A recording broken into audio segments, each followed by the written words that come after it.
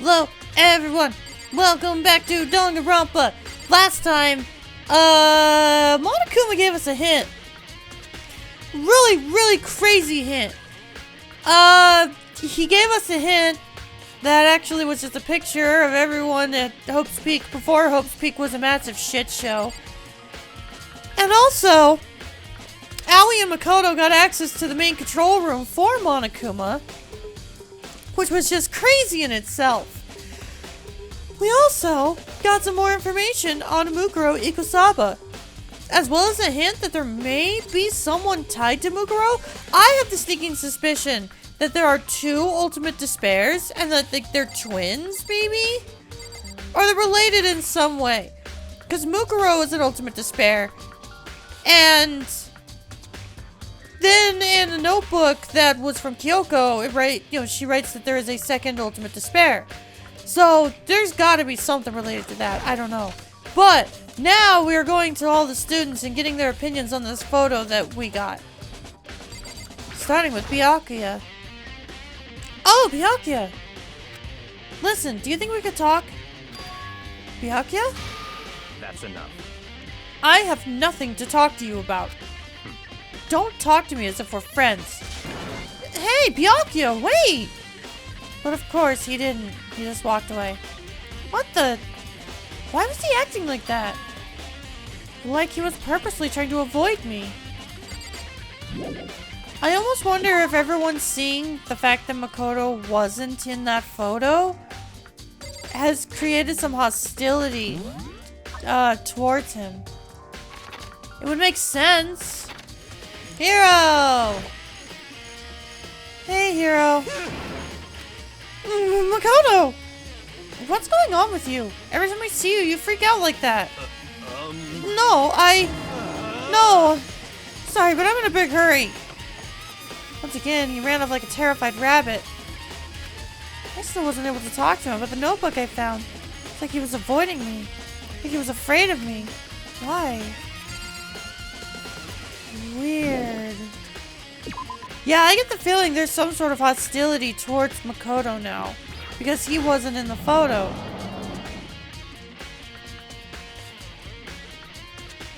Oh, Toko's not here anymore. Interesting. I guess everyone's moved spots. That makes sense.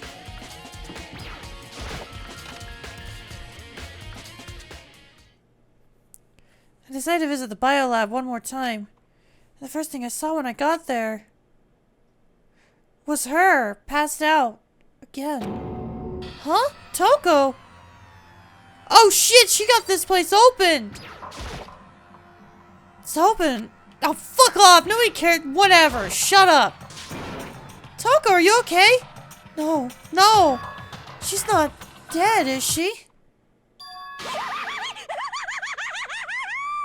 Nope, she just saw blood.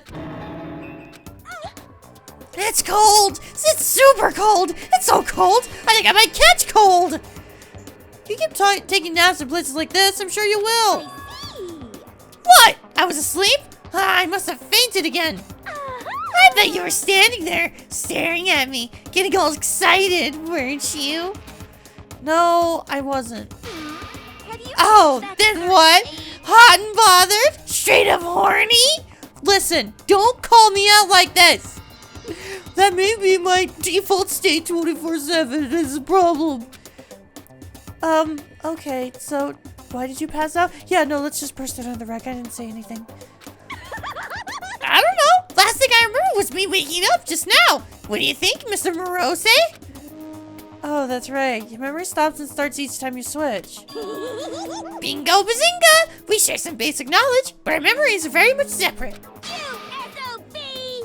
And don't say it like it's a bad thing. It's a blessing as far as I'm concerned. Because even if she forgets something, I totally remember. So it's like double the memory. No, it's more like half. But all I want to know right now is where's my little darling? Tell me now or I'll slit your throat. I don't know. I'm sure Bianca is around here somewhere, doing his own investigating. Yes, By himself? I assume so. Oh, I'm on fire! I knew it! I totally knew it! I'm a total pro when it comes to all things master. Anyway, I gotta hurry. I can't even imagine how lonely he must be right now.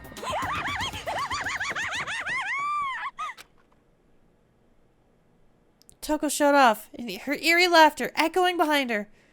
I totally forgot to ask her about the picture. Well, there's no point in asking Genocide Jack anyway. Besides, I have more important things to do right now. Like looking at the dead body! The fridge, it's open! I'm sure they were all shut last time I was here. That must be why she passed out. Right. Knew Kyoko would be here! She faints so easily. Kyoko! Makoto. It's getting late, isn't it? Are you okay? Indeed. I'm sorry if I made you worry. No, you don't have to apologize. Listen. Well, listen, about this room. Oh, yeah, It would seem... it's a morgue. Yeah, I knew it.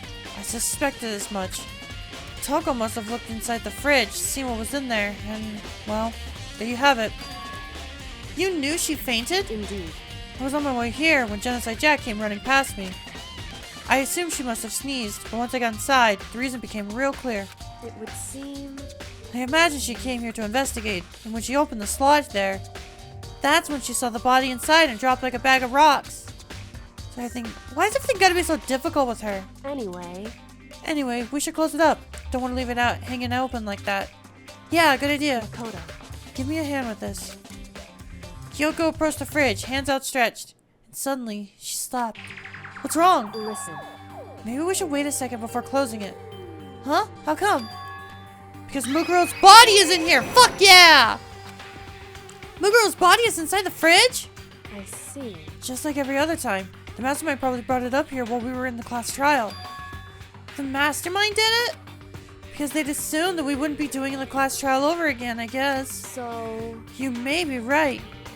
Either way, now I can finally get a good look at the body. Oh, that's right! Kyoko didn't get a chance to check the body during the last investigation. Makoto. I need to do my own examination of the corpse as soon as possible. I'm going to find a clue this time, and I'm going to grab the mastermind by the tail. Okay, so what should I do? So then... Why don't you just wait over there? I'll let you know as soon as I'm finished.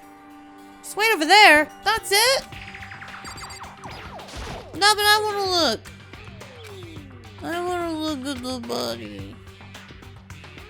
So when someone's in there, the blue light comes on. Looking around, the number of lights on, there's 9 in all. 9 lights. That would match up in terms of the math of there being 16 students in all, and 9 dead.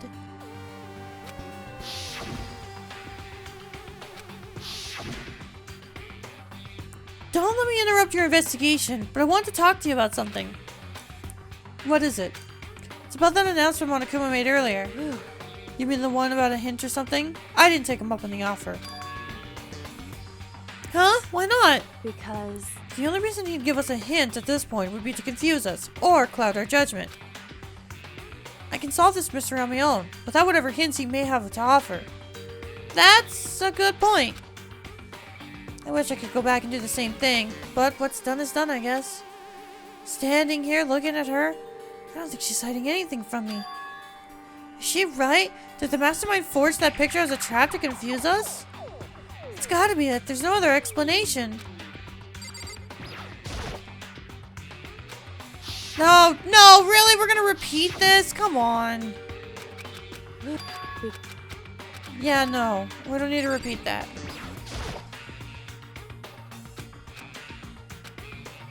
Okay. Am I supposed to leave? I think I'm supposed to leave. No. I wonder.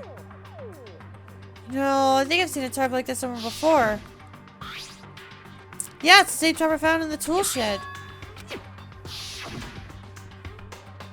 And that's the tarp that was used to help camouflage the murder in the garden.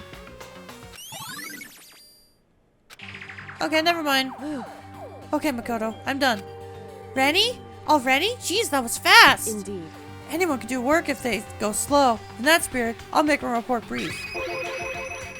So, did you find anything? Indeed. I paid careful attention to the wounds and the traces of blood, and it seems highly likely that the stomach wound and blow to the back of the head were inflicted after death. Really? The burnt tissues made things a little difficult, but I'm completely confident in my findings. So that means neither of those were a fatal injury, right? Then what was the fatal injury? They were, however, dead before the blast. The victim had been stabbed a single time with a knife. Husband stuck in the head.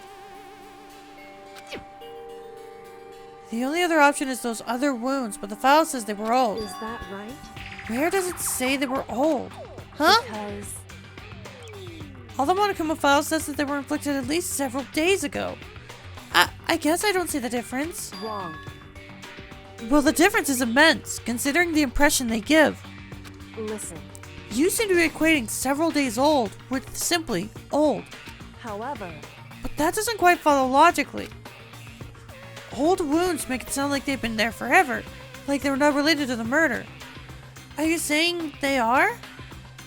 But we all got the Monokuma file right after she was killed, right? So if the wounds were at least a few days old, there's no way they could have had anything to do with it. so then, But what if Mukuro herself wasn't killed within the last few days? What? at the very least, Certainly you can allow it as one of the many possibilities, can you? One of many? right. A detective doesn't have supernatural powers. There's no way to predict answer from the beginning. Instead, the ideal detective begins by imagining as many possible scenarios as they can. In other words, They envision these possibilities without prejudice, without bias, only using the logic and common sense. Then, as they investigate, they test what they find against each other against these possibilities. Of course, I'm not telling you this me telling you this doesn't mean you'll be any good about detective work. Beyond using what to solve this particular mystery, you should keep it in mind for the future. hey, So, if there's anything else you'd like to know about the condition of the body, now's the time. Yes! Come to think of it, there was one thing. Earlier, when I was looking at Mukuro's profile, it listed her height and weight. so 5 foot 7 inches, 97 pounds. Vitals were 31, 22, 32. Did I get all that right? You remember all that? They were indeed consistent with the corpse. So then, indeed, don't forget about the Fenrir tattoo. There's absolutely no mistake. indeed. Our victim in this case is, without a doubt, Mukuro Ikusaba. And Is that all you wanted to ask? Yeah, I think so. so then, And it looks like we have no further business with Mukuro's body. Let's get going. It's kind of chilly in here. Oh, wait. Are we not going to put the body back? Don't you think it's kind of sad leaving it out like this? why? Sad. Did you forget? She was our enemy once. Part of the ultimate despair. But she still got killed. She's still a victim. Hey, Have you ever heard the phrase, you reap what you sow? Well, yeah, but still. You really are naive, you know that? It's really quite appalling. But she could have abandoned me, but she decided to help me instead. So for someone like that, what does it mean to be naive? so then, I think we've done all we can do here. Back to our separate investigations, yes? Ah, hold on! Still have one more thing to do. Something I need to talk to Kyoko about. I need to ask her about the pocketbook I found in that locker. If I don't do it now... No! What the no! Hey, Kyoko! I did have one last thing. I know I shouldn't, but I feel like I have to ask. what? Go ahead then. Out with it. Have you really not seen your dad even once since you got here? What? What? So, What do you mean? Well, you know all those lockers on the second floor of the dorms? indeed. I do, yes. But to get into any of the lockers, you need the handbook of whoever the locker belongs to. Actually, I managed to get them open using that emergency handbook. I see. The one you found in the headmaster's hidden room. And? So, did you find anything worthwhile in the lockers? I found a pocketbook. And after looking through it, I think it must be your pocketbook. Why is that? What makes you say that? Because, Like I said, only the locker's owner should be able to get into it, right? I can't imagine those lockers belong to any of us. After all, we only got access to that area just recently. And what I'm saying is, there's no way I could have had access to any of those lockers. And if I did have a pocketbook, why would I bother putting it in a locker? Everything you just said makes perfect sense, but there was something written inside. It was about the headmaster, about your father. What? If that's true... Could that mean that video is real too? Video! Makoto, I think everything is finally starting to fit together to reveal a cohesive picture. Although, I'm afraid that picture might be worse than anything we could have imagined. What are you talking about? I need to go investigate those lockers right now. I need to confirm what you just said with my own 2 eyes. Oh, let me give you the headmaster's handbook. That way you can... So... That won't be necessary. If I'm right about this, I shouldn't have any problem opening the locker with my own handbook. After all, it would seem that it's my locker. My locker? Makoto. If you watch this, it'll all make sense. DVD? And it says Class 78 Urgent Interviews? So... I found it in that hidden room after you left. Anyway... I don't have time to explain exactly what I think it means, so just watch it and see for yourself. I think you'll realize exactly what it means. You'll understand why you found my pocketbook in a place none of us have ever seen before. None of this makes sense right now. And I guess that means there's some important clue on this DVD. Makoto. Oh, and now it's my turn. Do you have a second to listen to me ramble? Ramble! In other words... So as it turns out, the arrangements I'd made didn't stick. What I mean is, I'm less and less sure of everything, even my own feelings. You're talking about your dad, right? I could never find the answers to the questions I wanted to ask for the rest of my life. All because of the mastermind. However... But there's one thing I am sure of. When it comes to the mastermind, there's no room in my heart for forgiveness. I swore to destroy the mastermind. This is just one more reason to follow through on that. Kyoko's eyes burned with the fire of determination. Determination to defeat the mastermind. It's strange to be confronted with his death and suddenly feel this way. Couldn't care less if my father had found happiness. Why? So why is it?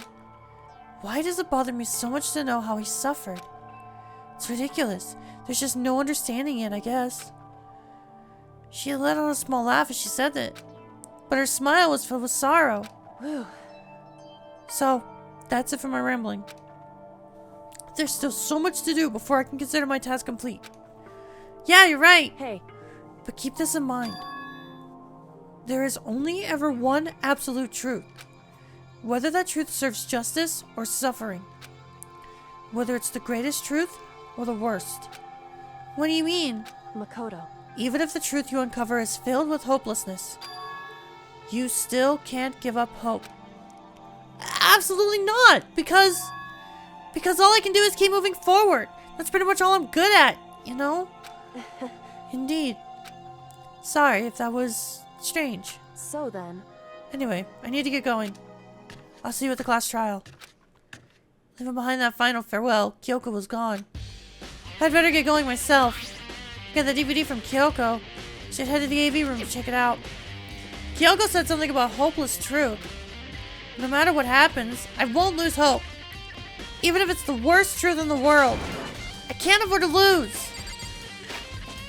Damn, it's been a while since we've had to go to the AV room. It'll be a blast from the past. Oh, Awie's in the dining hall. I feel like we should probably talk to her before we go to the AV room.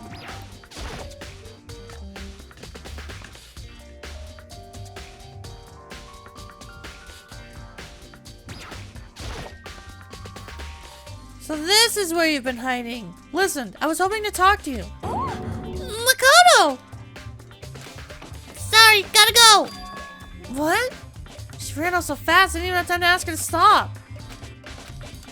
Won't you talk to me? Yeah, she must have seen the photo too. Weird that everyone just automatically is so hostile? I don't quite get that.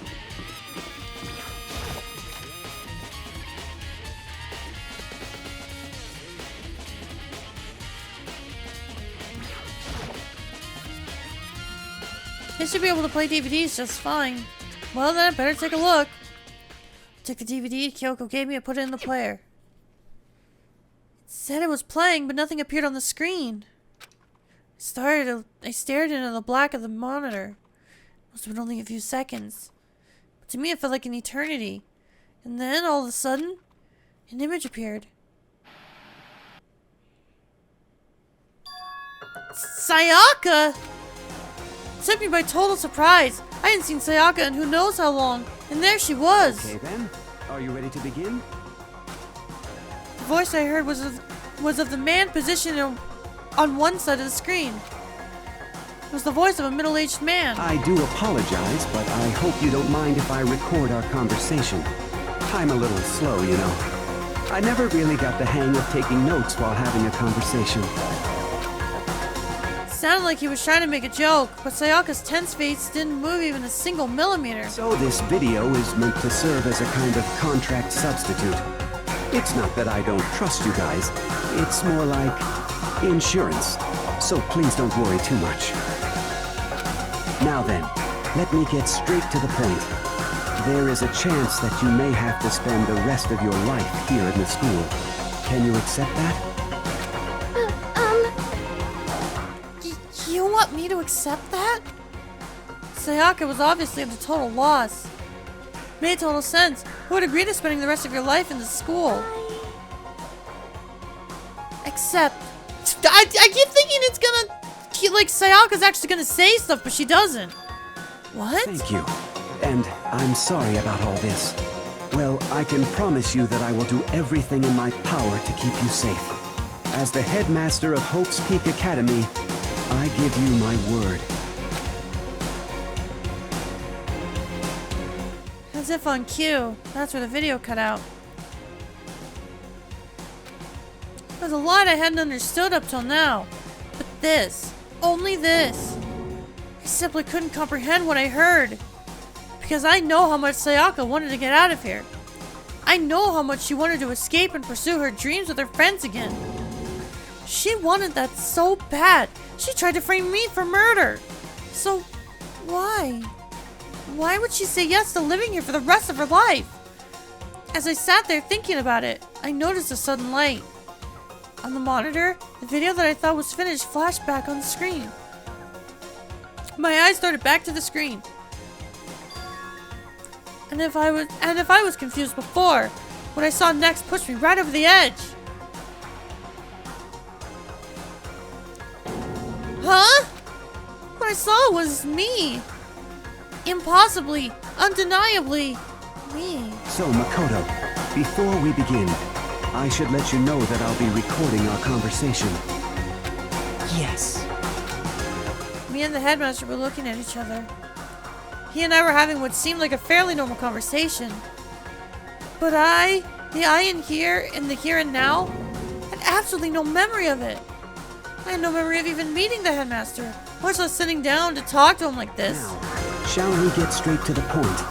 Makoto, there's a chance you may have to spend the rest of your life here in the school.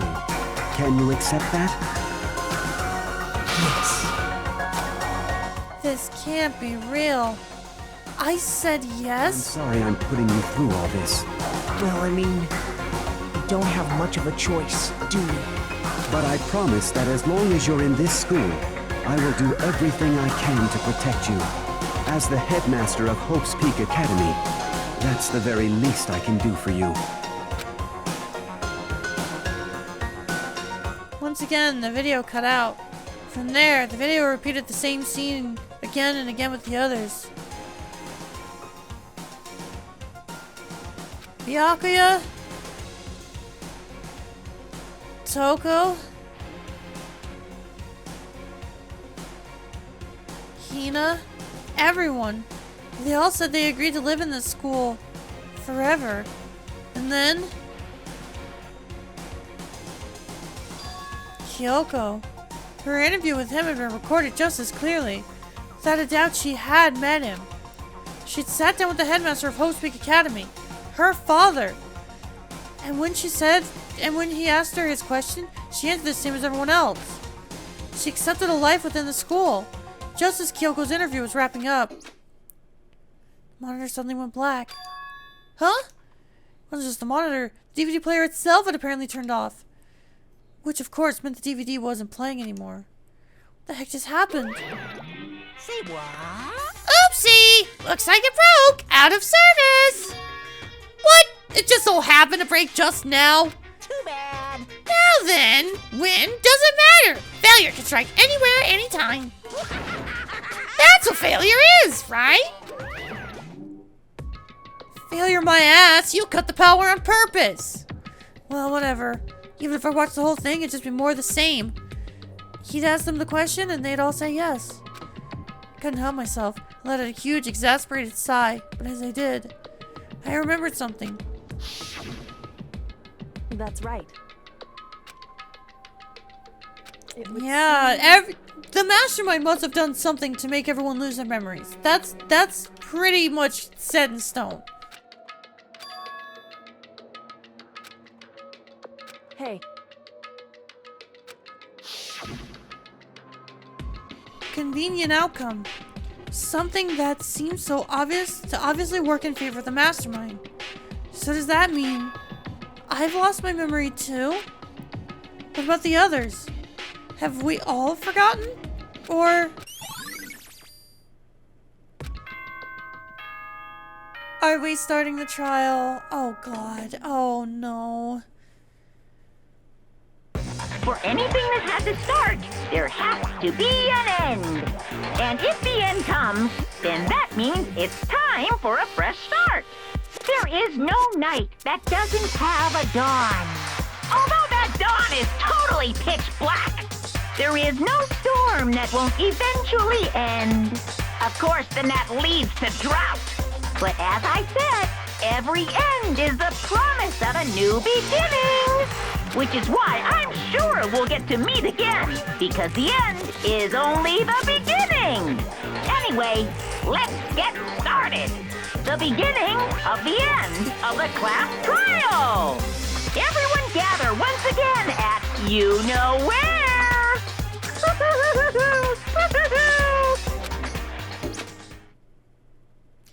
It's about to begin again. Class trial is going to start. The final class trial. The last time all our lives will be on the line. The last time hope and despair are on the line. I don't have a choice. I have to do this. Okay then. This is the end. And we're going to do that next time on Danganronpa. This is the perfect ending point. Oh my god. Oh my god, this game is actually almost done. Holy shit.